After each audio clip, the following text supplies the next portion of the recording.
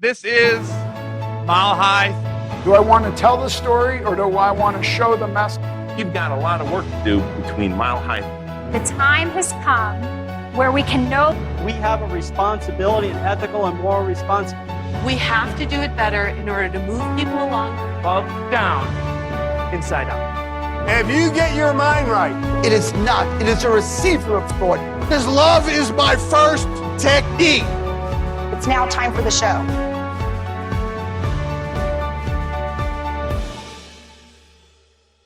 Welcome to this next segment of the Mile High Philosophy Summit.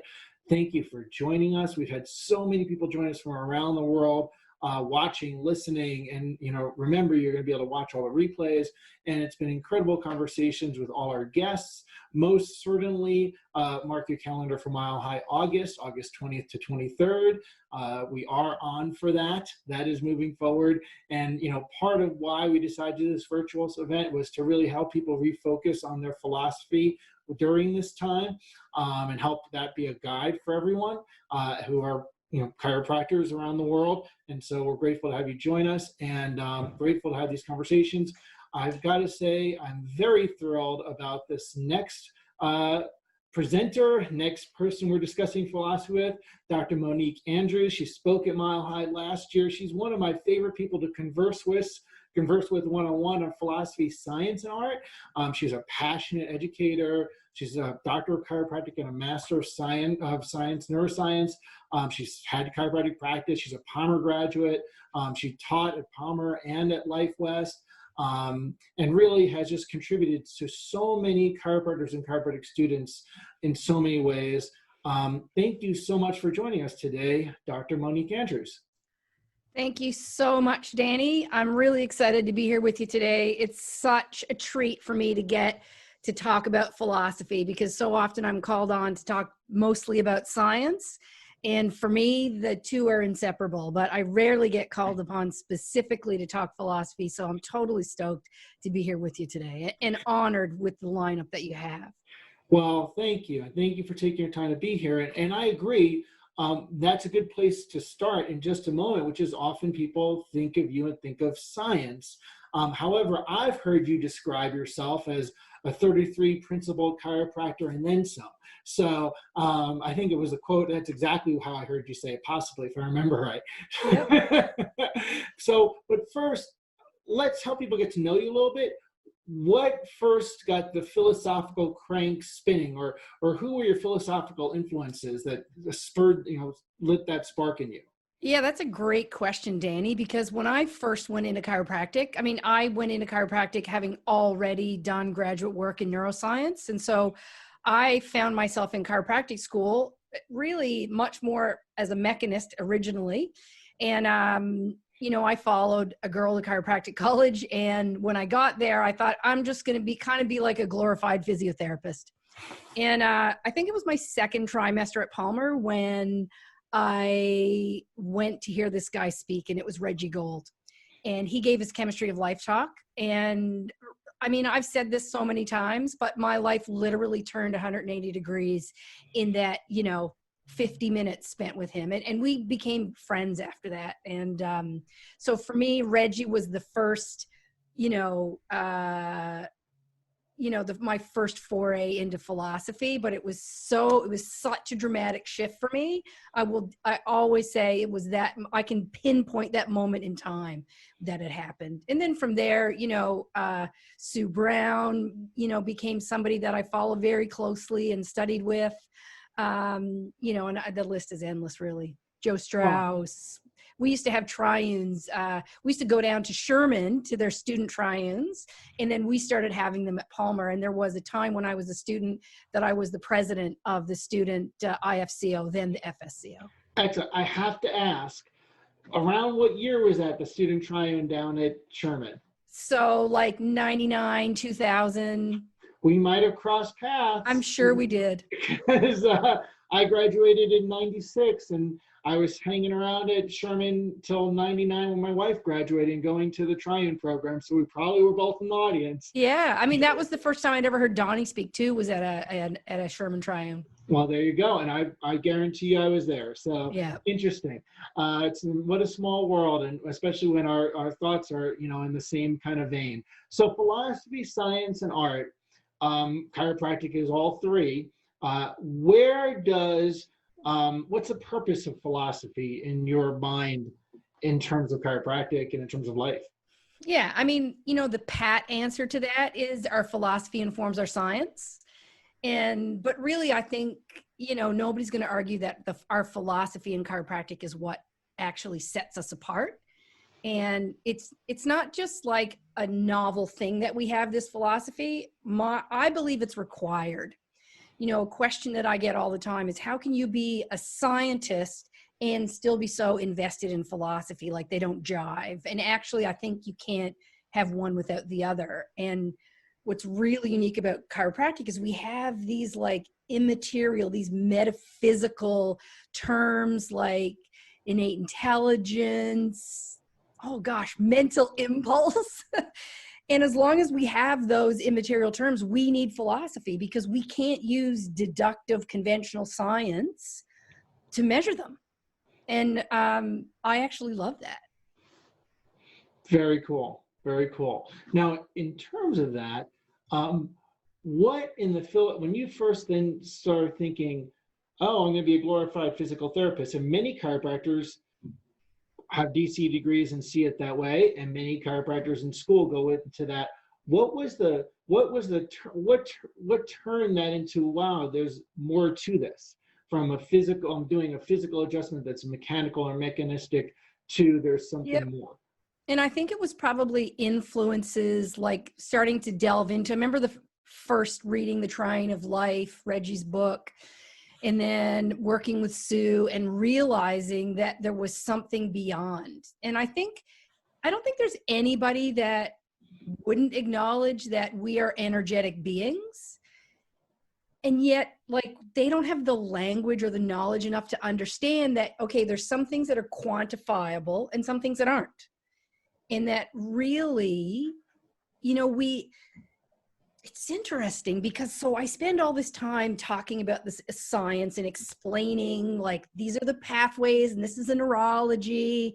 And so much focus goes there when we forget that that's one piece, that we have the idea of innate intelligence that flows through the nervous system. So we have this immaterial construct that requires a material matter, right? And so then how do we put that together? And I think that the deductive mechanists in our profession are like, well, it's easier for them to just denounce it and say, we don't need that because we can't measure it.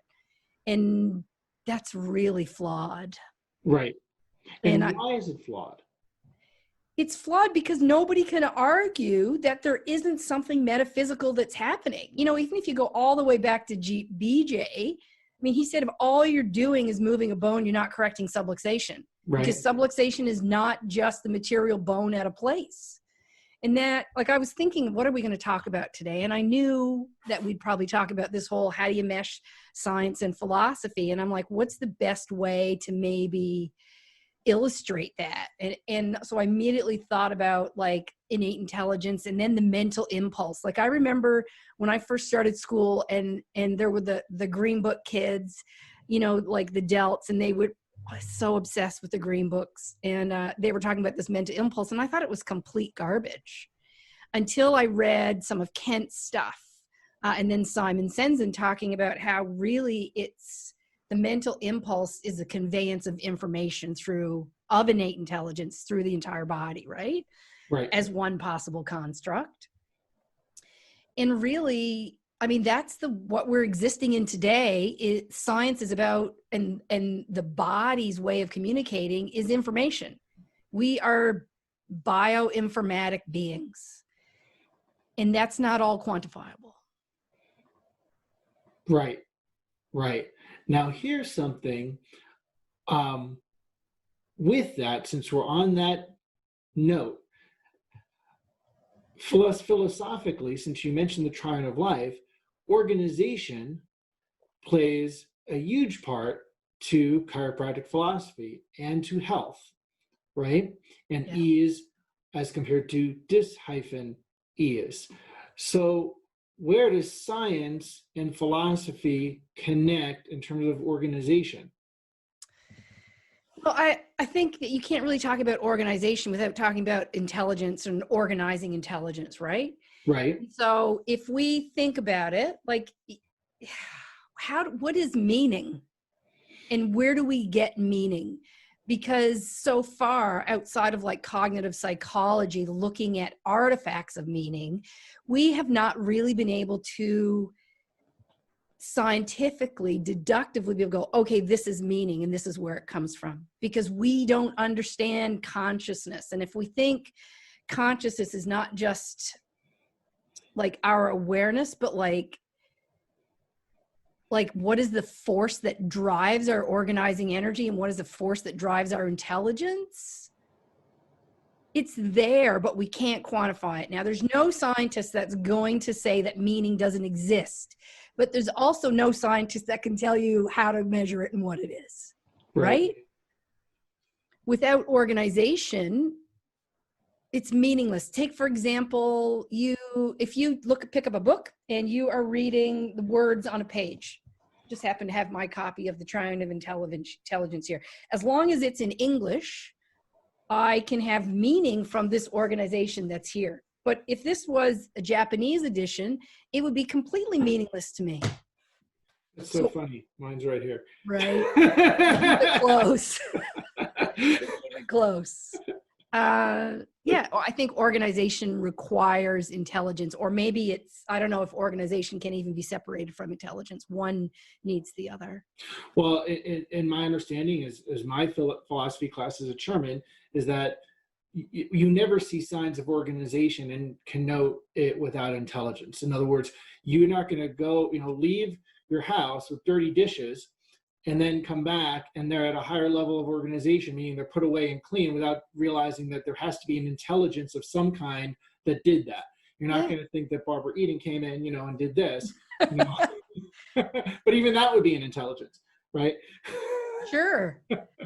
I mean, for me, I forget who, maybe I think it was Reggie that gave the analogy of, if you were just like a random human dropped on the planet and you'd never seen a watch in your life, and you're walking down a beach and you pick up a wristwatch, or a phone, you would never think that there wasn't an intelligent organization or an intelligent design to it, right? Right, exactly.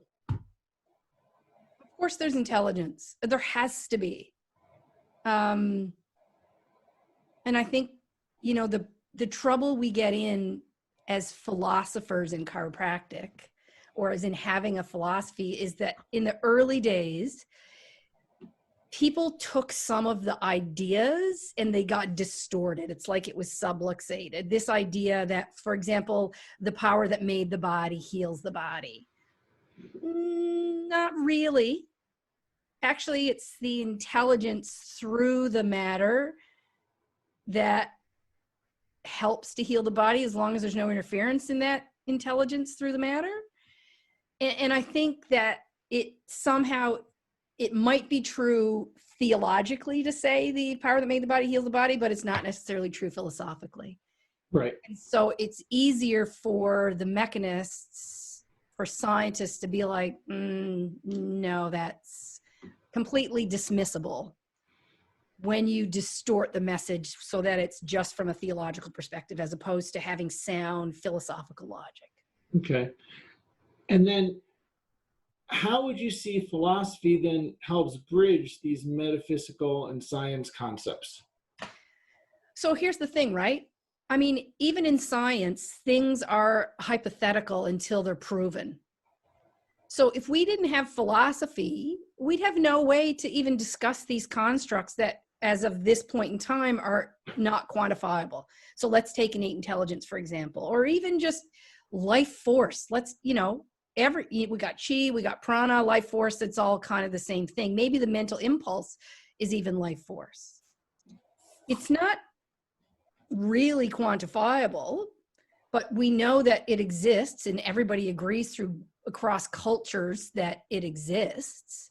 And so philosophy provides us a way to actually have a conversation around it without necessarily having to say that it's been proven or disproven. And that might be easier for people to swallow if they also understand that most science is still theoretical. You know, the idea of the action potential is a theory, right? And that it's an electrochemical impulse is now being argued if we think about the soliton particle, right? Soliton waves. What's true? There's no true in science. It's science. You're having a conversation. Right.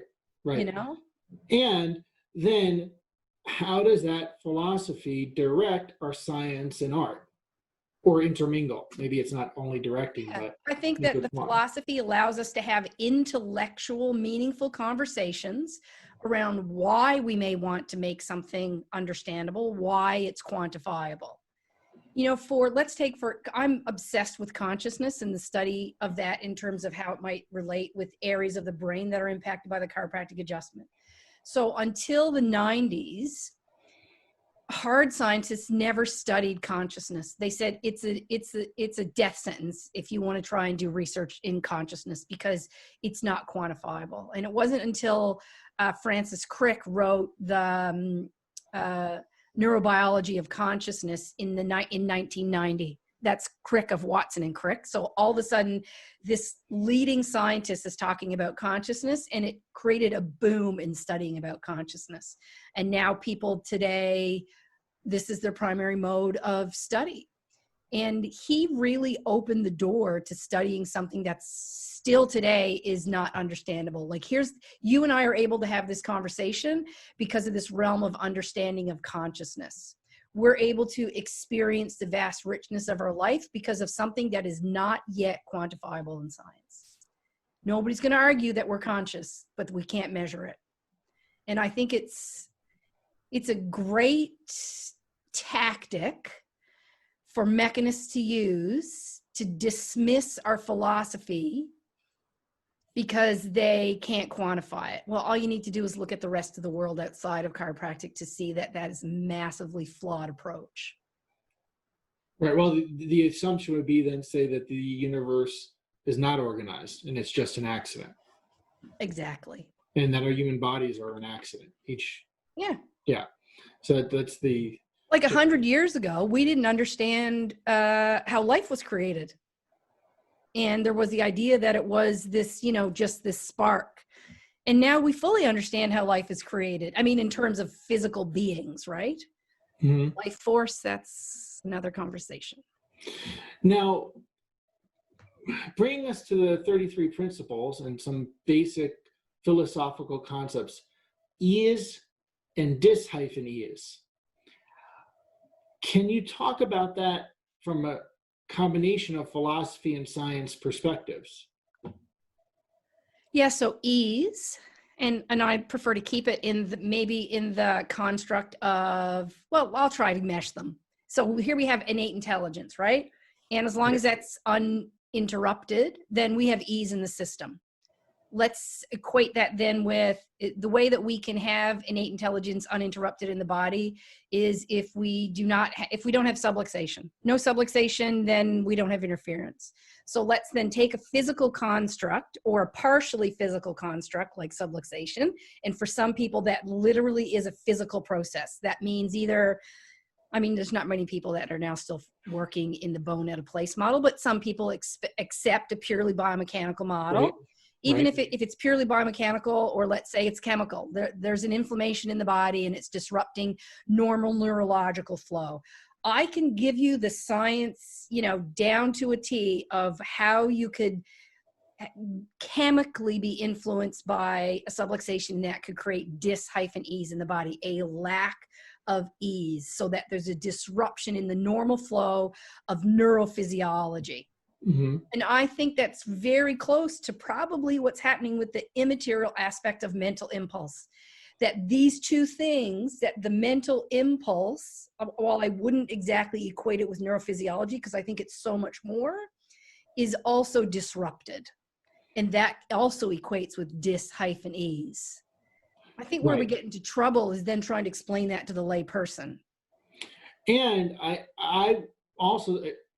exactly. And I think there's another layer of that. with a different science model, because you were to neuroscience model, but then there's also the thermodynamics, that ease and dis-ease, organization, there's a science behind or connected to those philosophical constructs that they didn't have in the early 1900s, when many of these concepts were philosophically, that now are being proven even more in terms of science. Yeah.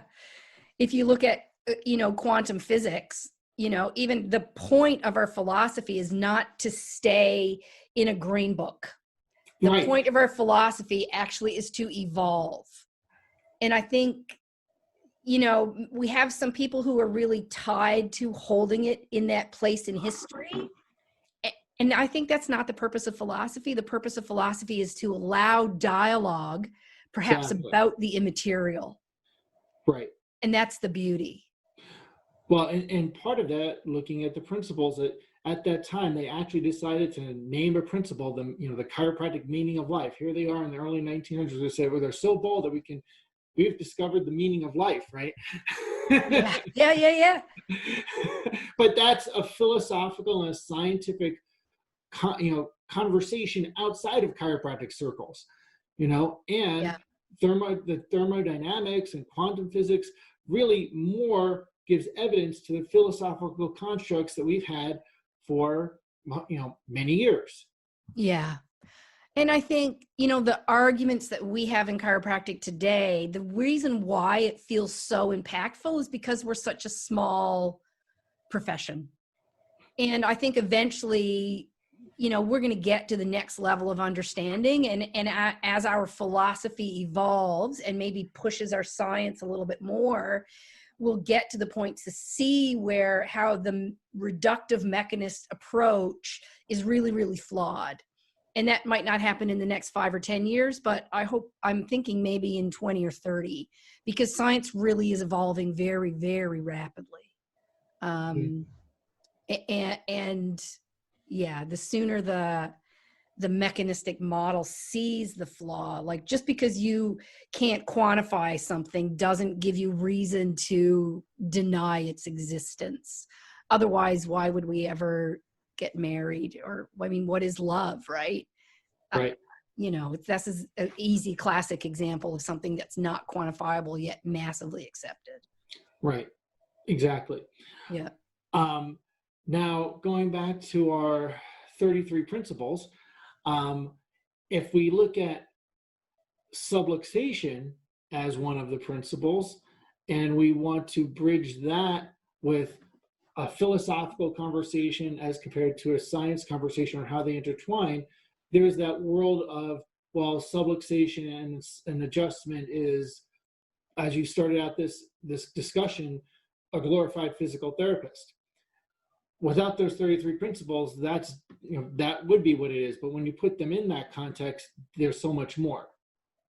Yeah. And I think, maybe for some chiropractors who are purely functioning in a biomechanist model, it really is just that. It's a musculoskeletal correction of biomechanical dysfunction without any regard for an idea of a mental impulse.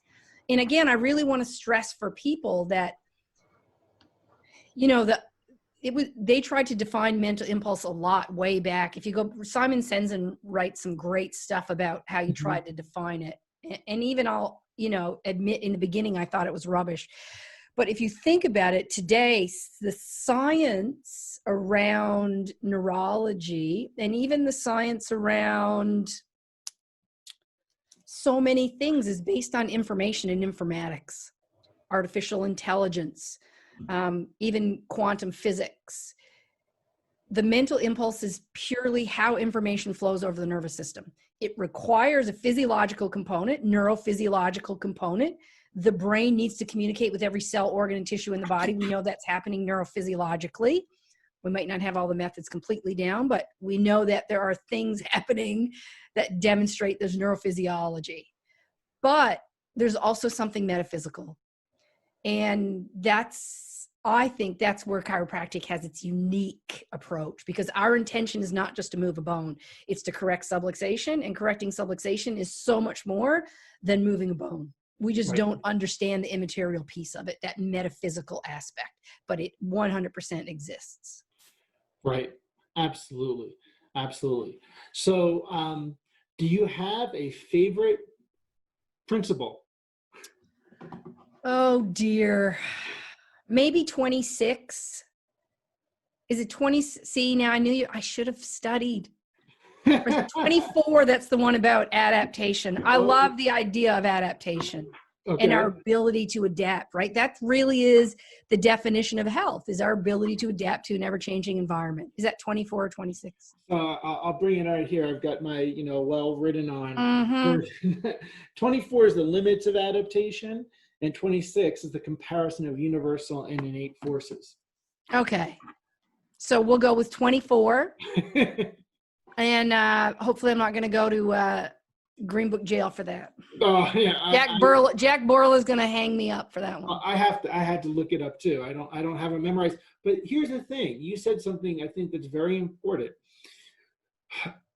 Studying the principles is not just that you dogmatically can repeat them or recite them. It's a conversation. It's that you can think critically. And many people don't necessarily think critically about healthcare that they're doing, chiropractically or allopathically. Yeah. And it's about being critically think about and discuss what actually are we doing. And since you said principle number 26, comparison of universal and innate forces, I will have to say that's probably one of my favorites, because I really feel that helps people understand what you just said a number of times, that an adjustment isn't moving a bone.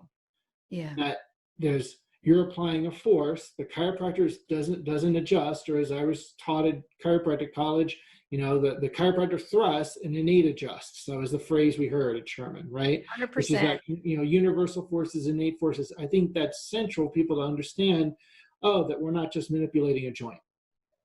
Yeah, and in some techniques, you're not creating any physiological change in a joint anyways. So the fact that any technique works, I loved when Reggie said, it doesn't matter how you do it, you can hit him in the ass with a shovel. Look, what is the intention? Is your intention to locate, analyze, and correct vertebral subluxation? That's the whole intention of chiropractic. It doesn't matter how you do it.